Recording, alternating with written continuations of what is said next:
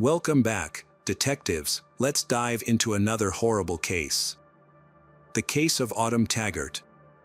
In 2018, Autumn Taggart was a single mother living in Windsor, a city near the US-Canada border.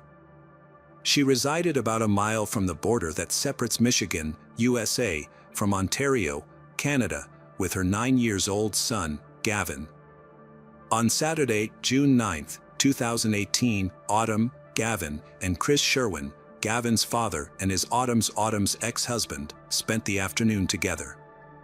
Despite their breakup, Autumn and Chris had remained on friendly terms, prioritizing their co-parenting of Gavin to minimize the negative effects of their divorce. By the late afternoon, they went grocery shopping together. Afterward, Chris drove Autumn and Gavin to the building where they lived on the 3rd floor. After saying goodbye, Chris returned home. Before bed, Gavin played video games with his mother. He had no idea later that night would turn into a terrifying nightmare. Later that night, while it was still dark, Gavin woke up to a strange noise. He opened his eyes to find an unfamiliar man standing next to his bed. The stranger instructed Gavin to close his eyes and go back to sleep. Then he left Gavin's room. Gavin heard his mother scream a minute later, and the sound sent a chill down his spine, filling him with a sense of dread. A few minutes passed, an eerie silence filled the air. His mother's screams had stopped, and he eventually drifted off to sleep.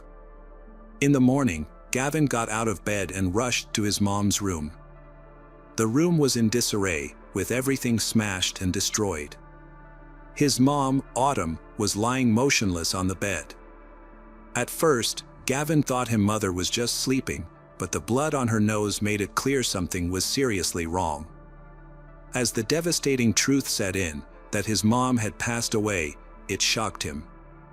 Gavin didn't want to believe it was true. Desperate to escape the pain, Gavin spent the morning playing video games and watching YouTube, trying to distract himself from the truth. However, as the day wore on, the emotions became too much to bear. In the afternoon, Gavin broke down in tears and knew he had to tell someone what had happened. Gathering his courage, Gavin went back to his mom's room, grabbed her phone, and texted his dad, Chris, on Messenger. With shaking hands, he typed out a message, telling his dad that Autumn wouldn't wake up. As soon as Chris received the message, he and his girlfriend rushed to Gavin's house.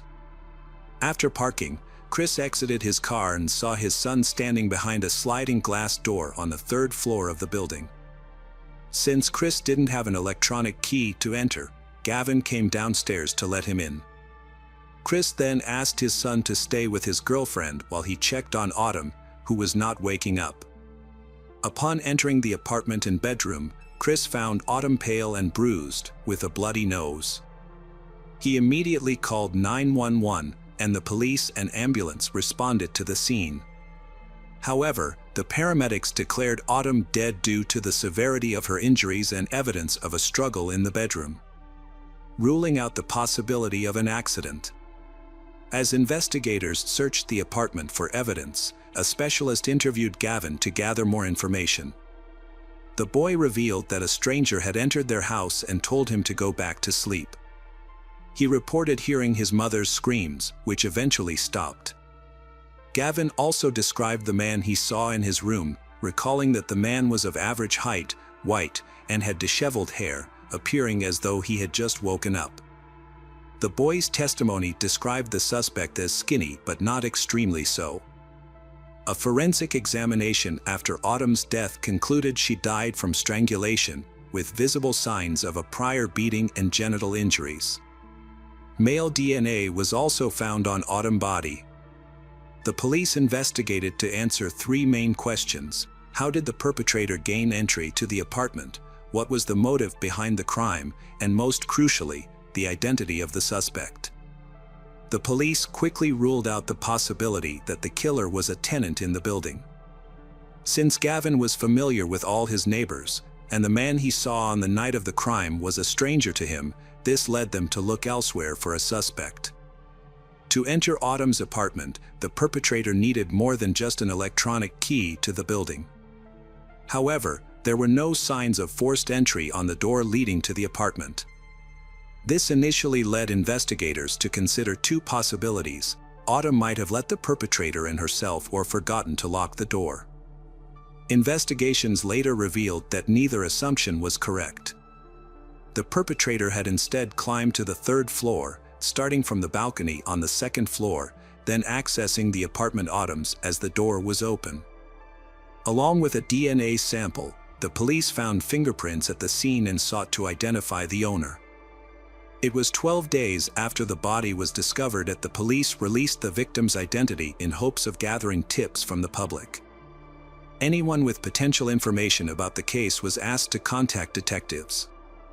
On the night of the crime, a witness reported seeing a new black SUV, believed to be a Honda Pilot, in the parking lot next to the building. The SUV was present until around 6 a.m. Detectives suspected that the SUV's owner might be connected to Autumn's death, speculating that the perpetrator could have used the vehicle's roof as a stepping point to access the balcony. This building had distinctive protrusions at its corners that could have aided the perpetrator in climbing from the second floor to the third. During their investigation, police analyzed mobile phone activity around Autumn's residence on the night of the incident. The nighttime occurrence actually simplified their task, as most people were asleep, resulting in fewer active phone numbers in the area. Detectives discovered that one of the phone numbers belonged to Autumn's neighbor, Michelle. Although Michelle lived in the same building as Autumn, she said in an interview with police that she knew nothing. However, phone records showed that not only was Michelle on the phone while in her apartment, but she also traveled throughout the city multiple times. Additionally, she had turned off her phone around the time of the incident. While the phone's location indicated she was either in or near her apartment at the time, the exact location was difficult to pinpoint due to the inherent margin of error in location tracking. Detectives went back to question Michelle again, sensing she was hiding something about the case. At first, she denied knowing or hearing anything, but when police warned her that withholding information could make her an accomplice, she opened up. Michelle revealed that around 2 a.m., a man named Jitesh Bogle contacted her and her boyfriend, seeking to buy an illicit substance and was interested in hiring an escort girl. Michelle and her boyfriend agreed to meet Jitesh. They first stopped at an ATM, where Jitesh withdrew cash. Then, Jitesh purchased some of the substance from Michelle and her boyfriend, who were its dealers. However, Jitesh asked them to sell him more. Michelle instructed Jitesh to drive to the parking lot near her building. Once they arrived at the building, the three of them took illicit substances. Then, Michelle and her boyfriend decided to steal the remaining drugs and escape, leaving Jitesh behind. Remarkably, before running away, Michelle hid a bag of this addictive substance in her genital area. Although the details of how she did this are not provided, it is an important fact that will become relevant later. According to Michelle, she and her boyfriend grabbed the substance and some of Jitesh's cash and ran to the building's entrance. They then entered their apartment and locked themselves in, remaining quiet and keeping the lights off. Since Jitesh didn't have an electronic key, he was unable to enter the building. He also refrained from shouting or honking his car horn, fearing someone would alert the police. From their apartment window, Michelle and her boyfriend observed shoe marks on the roof of Jitesh's car. Jitesh drove away around 6 a.m. Investigators hypothesized that Jitesh had attempted to sneak into the building to retrieve the stolen substance and money. However, not knowing Michelle's apartment, he likely entered Autumn's apartment by mistake. The police now have the phone number and photo of suspect Jitesh. The image was captured from a bank security camera, where Jitesh had withdrawn cash to purchase the substance, and an ATM camera also took his picture. After verifying the phone number, investigators discovered that he was a 27-year-old Canadian citizen. He worked as a car development engineer in Warren, Michigan, and owned a black Honda Pilot SUV. Initially, Jitesh regularly commuted to Windsor, Canada, by crossing the river via bridge or tunnel. However, authorities tracked his movements, revealing he had left Canada on the morning of June 10, the day Autumn died, and he has not returned to the country since. Following the release of information about a black SUV at Autumn's house, Jitesh sold his vehicle. The Canadian police collaborated with their American counterparts, learning that Jitesh planned to relocate from Michigan to Washington State, where his parents resided in Kent. After relinquishing his job and left Canada, Jitesh's actions raised suspicions. Nevertheless, the police required concrete evidence to make an arrest and facilitate his extradition to Canada.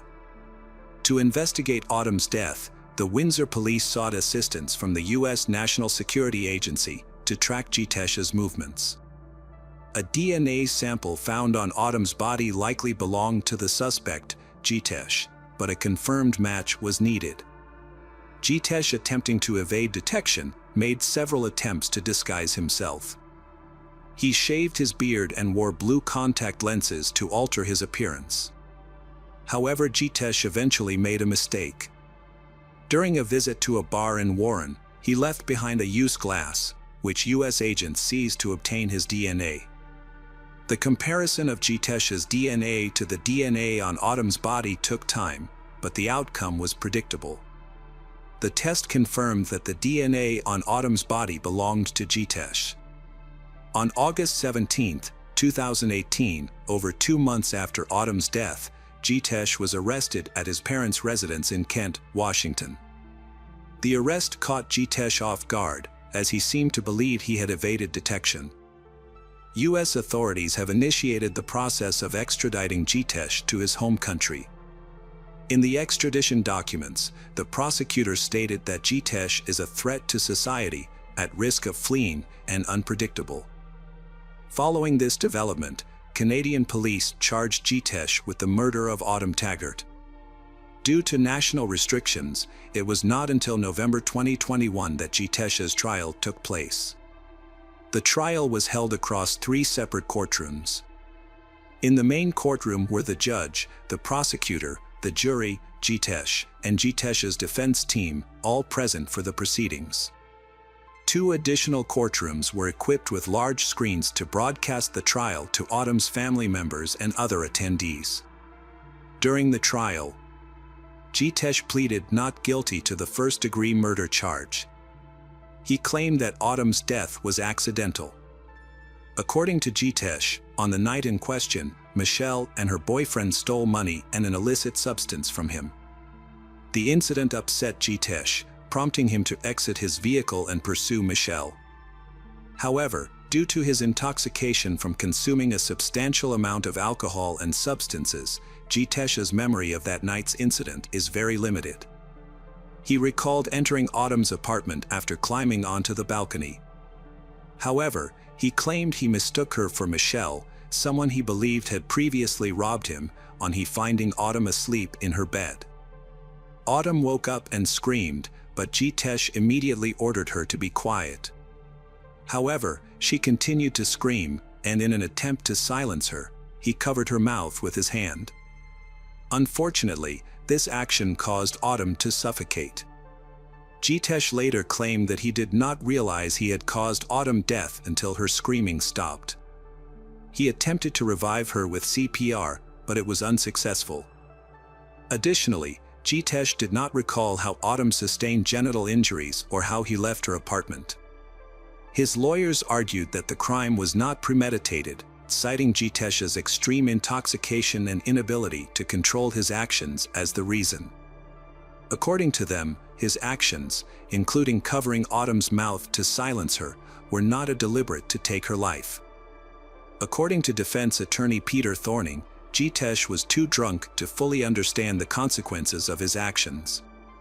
Peter emphasized that Jitesh's behavior could be attributed to his intoxication, and that the tragic outcome was unintentional, stating, "Sometimes terrible things happen without us intending the result, and that is what happened in this case." The lawyers pointed out a crucial aspect of the case. There was no evidence that Jitesh had engaged in intercourse with Autumn. This detail is significant, as it could impact Jitesh's sentence. Although Jitesh's DNA was found on Autumn's body, it was not seminal fluid. The lawyers argued that the appearance Jitesh's DNA could be the result of cross-contamination, where DNA is transferred from one surface to another. This could have occurred through the gloves of a forensic expert, for example. Jitesh's lawyers attempted to prove that John Lort, who worked in the forensic unit during the investigation, mishandled evidence and accidentally transferred their Jitesh's DNA to Autumn's body. John Lort's responsibilities included photographing the crime scene and collecting evidence that came into direct contact with Autumn. The defense lawyer, Peter Thorning, suggested that John Lort may have caused cross-contamination by rotating the body on the bed sheet, which was seized as evidence. This action could have resulted in the transfer of DNA or fluids between the body and the sheet. During cross-examination, John Lort testified. Peter Thorning asked John Lort if he had received proper training to work as a forensic identification expert. John Lort replied that he had taken precautions to prevent cross-contamination by changing gloves between handling each piece of evidence and using his camera to take photographs. John Lort searched Autumn's room for fluids such as urine, saliva, and semen. The reason for this search is that the likelihood of a sexual assault is higher when the victim is female. During the trial, John Lort testified that he found no indication of a sexual assault based on his search for fluids. John Lort stated in court that his investigation did not reveal any signs of a sexual assault on or around Autumn's body. He also did not find any evidence of a struggle. According to John Lort, a typical struggle usually leaves behind signs such as forced entry, tampered locks, or blood spatter, but none of these indicators were found at the crime scene. In contrast, the prosecutor offered a different perspective. Referencing a past instance where Michelle hid a substance in her genital area, the prosecutor suggested that the defendant knew about this and searched Autumn's body in the same area.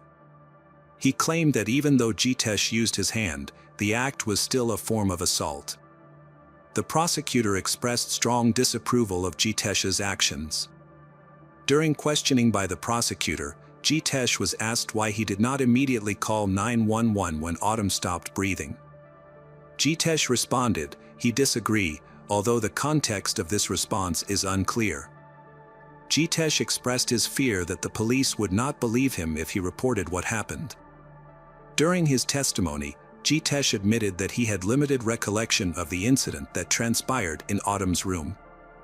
However, he specifically remembered performing CPR on Autumn after she stopped screaming, which involved administering 15 chest compressions and 3 rescue breaths. The prosecutor questioned Jitesh's claim that the strangulation of Autumn was accidental. The prosecutor argued that if the defendant's intention was simply to silence Autumn, he could have achieved this by covering her mouth, rather than also closing her nose. This deliberate action, the prosecutor suggested, indicates that the defendant understood the consequences of his actions. Autumn's son, Gavin, also provided testimony during the trial. Gavin's testimony was given in a separate room from the main courtroom, accompanied by a support worker. Gavin said someone came into his room and spoke to him, but he doesn't remember what they said. The person stood close to him, but they didn't touch him. After they left, Gavin heard his mother screaming in the distance. This part of the experience felt like a dream, but eventually it stopped and he fell asleep again. And he woke up in the morning. The next morning, Gavin went to his mother's room and found it in disarray. Everything was knocked over, broken, or destroyed. At first, he thought his mother was just sleeping, but then Gavin noticed blood on her nose and realized that she was actually dead. He was in shock and couldn't process what he was seeing. Despite feeling overwhelmed, Gavin tried to cope with the situation by carrying on with his day as usual. Gavin recalls spending part of that day playing games and watching YouTube videos. It wasn't until later in the day, June 10, 2018, that he finally mustered the courage to send a message to his father using his mother's phone. He couldn't keep what had happened to myself any longer and needed to tell someone. Chris Sherwin, Autumn Taggart's ex-husband and the father of Gavin, testified about his last contact with her. He received a text message from her around 12:30 a.m. on June 10th. When he sent another text message the next morning, there was no response. This is when he began to worry. Later, he received a text message from Autumn's phone, which turned out to be from their son. A copy of these text messages was presented in court for the jury to examine. On December 1, 2021, a 12-member jury found Jitesh Bogle of first-degree murder, but they did not find sufficient evidence that he had intercourse with Autumn. On January 5, 2022, the court sentenced Jitesh Bogle to life in prison with the possibility of parole after 25 years. Jitesh appeared in jail via video, dressed in an orange jumpsuit and wearing a black mask. He sat with his back against a wall, away from the camera. When the judge asked if he wanted to say anything, he expressed his feelings of sorrow and remorse. Jitesh said, "He find it difficult to put into words the sorrow and remorse he feel.